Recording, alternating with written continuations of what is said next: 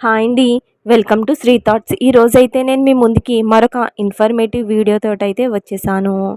ఏ సృణ సంబంధాల వల్ల తల్లిదండ్రులకు పిల్లలు జన్మిస్తారు అనే విషయాన్ని మనం ఈ వీడియోలో తెలుసుకుందాము.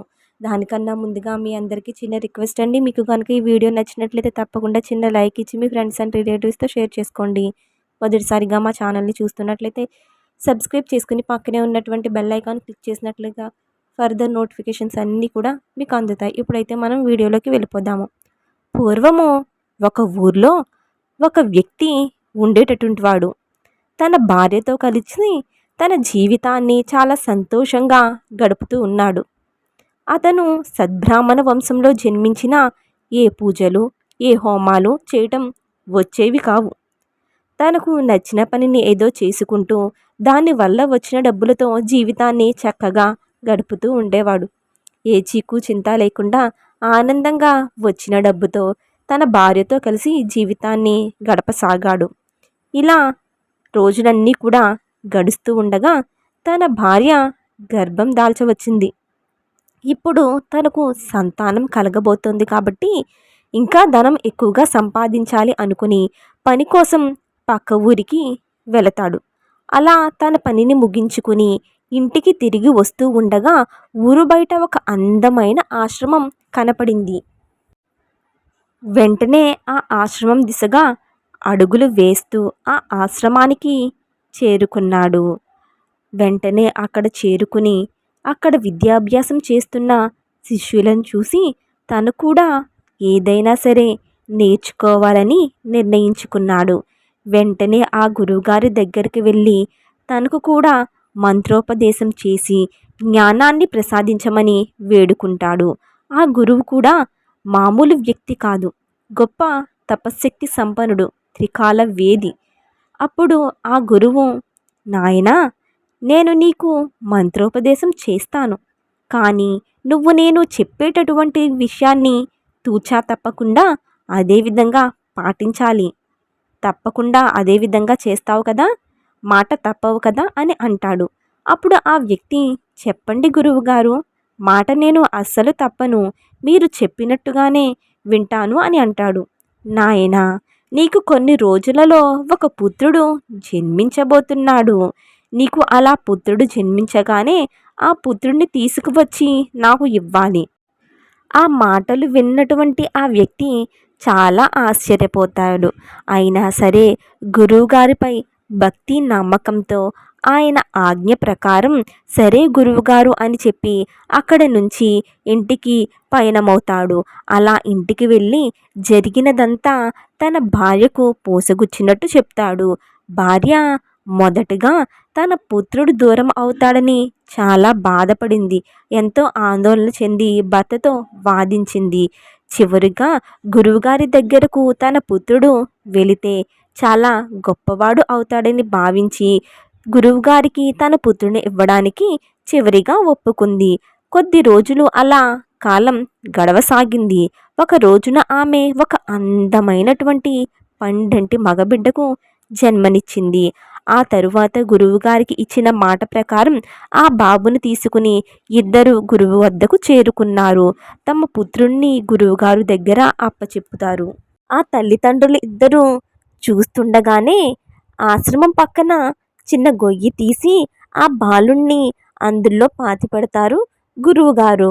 అది చూసిన ఆ తల్లిదండ్రులు ఇద్దరికి కూడా చాలా బాధ కలిగింది, దుఃఖం కలిగింది, ఎంతో ఆవేశం కలిగింది. ఏంటి గురువుగారు ఇలా చేశారు? మాకు ఎన్నో రోజులకు సంతానం కలిగితే మా కళ్ళ ముందే మా పుత్రుడిని పాతిపెట్టారు అంటూ బోరుని ఏడ్చి ఎంతో విలపించి, ఇక ఏం చేస్తాం, ఆ పుత్రుడు మనకు రాసిపెట్టి లేడు అని వారిలో వారు సరిపెట్టుకొని ఆశ్రమం నుండి ఇంటికి బయలుదేరుతూ ఉండగా మళ్ళీ గురువుగారు, నాయనా, మీకు మళ్ళీ కొన్ని రోజులలో ఇంకొక పుత్రుడు జన్మించబోతున్నాడు. అప్పుడు భయపడకుండా తెచ్చి నా వద్దకు అప్పచెప్పు అని ఆ గురువుగారు అంటారు. అలా తల్లిదండ్రులు ఇద్దరూ ఇంటికి ఆ మాటలను తలుచుకుంటూనే ఇంటికి వస్తారు. పుత్రుని గురించి ఆలోచిస్తూ కొన్ని రోజులు ఎంతో బాధపడుతూ ఉంటారు. కాలం అలా గడిచిపోతూ ఉంది. గురువుగారు చెప్పినట్లే ఆమె మళ్ళీ గర్భం దాల్చింది. ఒక రోజున మళ్ళీ పుత్రుడే జన్మించాడు. కానీ ఈసారి గురువుగారికి తన పుత్రుణ్ణి ఇవ్వకూడదని ఇద్దరు కూడా నిర్ణయించుకొని, కానీ ఇవ్వకుండా ఉంటే ఎలాగా అని చెప్పి భయపడుతూ ఉంటారు. అప్పుడు ఆ భర్త తన భార్యతో ఇలా అంటాడు, చూడు, గురువుగారు ఏది చేసినా ఊరికే చేయరు. అందులో ఏదో ఒక నిగూఢ అర్థం దాగి ఉంటుంది.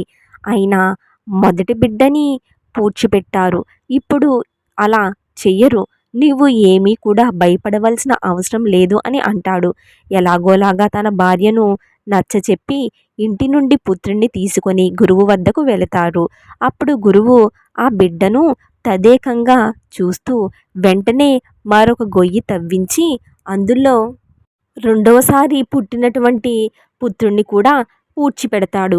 ఈసారి తల్లిదండ్రులకు విపరీతమైన కోపం వస్తుంది. కానీ ఏదైనా అంటే గురువుగారు కదా, ఎక్కడ శపిస్తారో అని భయంతో ఏమీ మాట్లాడకుండా మిక్కిలి దుఃఖంతో ఎంతో బాధతో ఇంటికి తిరిగి బయలుదేరారు. అప్పుడు గురువుగారు, నాయనా, నీకు కొన్ని రోజులకు మరి ఒక పుత్రుడు జన్మిస్తాడు. అతడిని కూడా నువ్వు ఇక్కడికి తీసుకురా అని చెబుతాడు. ఇక ఆ తల్లిదండ్రులకు కోపంతో ఏం మాట్లాడాలో అర్థం కాక అక్కడి నుంచి ఎంతో వేగంగా మరింత కోపంగా ఇంటికి చేరుకుంటారు.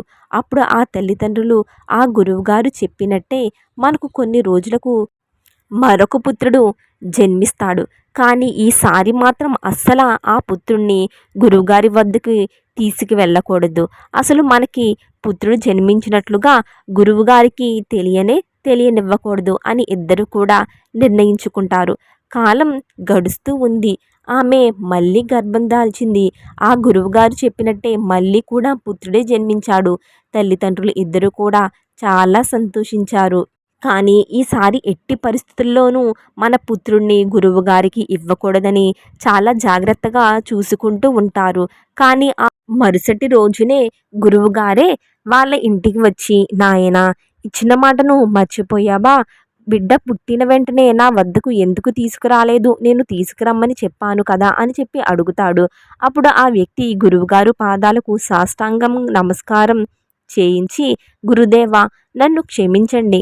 మేము ఇద్దరం పుత్రులను రెండుసార్లు పోగొట్టుకుని చాలా దుఃఖించాము. ఇక ఈ పుత్రుణ్ణి కూడా మా నుంచి దూరం చేస్తారు అనే భయంతోనే మీకు చెప్పలేదు అని వారు అంటారు. నాయనా, నేను ఏమి చేసినా మీకు మంచి జరగాలనే కదా చేస్తాను. మీరు నన్ను తప్పుగా అర్థం చేసుకుంటున్నారు. ఇప్పుడు ఆ బాబును తీసుకుని నా వెంట రండి. నేను ఎందుకు అలా చేశానో మీకు తెలుస్తుంది అని చెప్పి అంటాడు. ఆ గురువు అలా చెప్పేసరికి అప్పుడు వాళ్ళిద్దరూ ఏమీ చేయలేక భయంతోనే ఆ గురువుగారు వెంట పుత్రుణ్ణి తీసుకొని గురువుగారు వెంట ఆశ్రమానికి బయలుదేరతారు. గురువుగారు నేరుగా ఇంతకు ముందు ఇద్దరు పుత్రులను పాతిపెట్టినటువంటి ప్రదేశానికి వారిని తీసుకువెళతారు. వారిద్దరి మధ్య మళ్ళీ భయం అనేది మొదలైపోయింది. మళ్ళీ గురువుగారు ఈ పుత్రుని కూడా గొయ్యలో పాతి పెడతారా అని భయపడుతూనే ఉన్నారు. అప్పుడు అయితే ఆ గురువుగారు, నాయనా, భయపడుకు అని చెప్పి ఆ పుత్రుణ్ణి తీసుకొని ముందే ఇద్దరి పుత్రులు పాతిపెట్టిన మధ్యలో ఒక తెల్లని బట్ట పరిచి అందులో ఆ పుత్రుల్ని పడుకొని పెడతారు. ఆ తల్లిదండ్రులతో, నాయనా, కొద్దిసేపు నిశ్శబ్దంగా ఉండండి, మీకు కొన్ని శబ్దాలు వినబడతాయి అని గురువుగారు చెప్పారు. అప్పుడు తల్లిదండ్రులు ఇద్దరూ తదేకంగా వాటిపైనే దృష్టి పెట్టి మౌనంగా నిల్చొని ఉంటారు.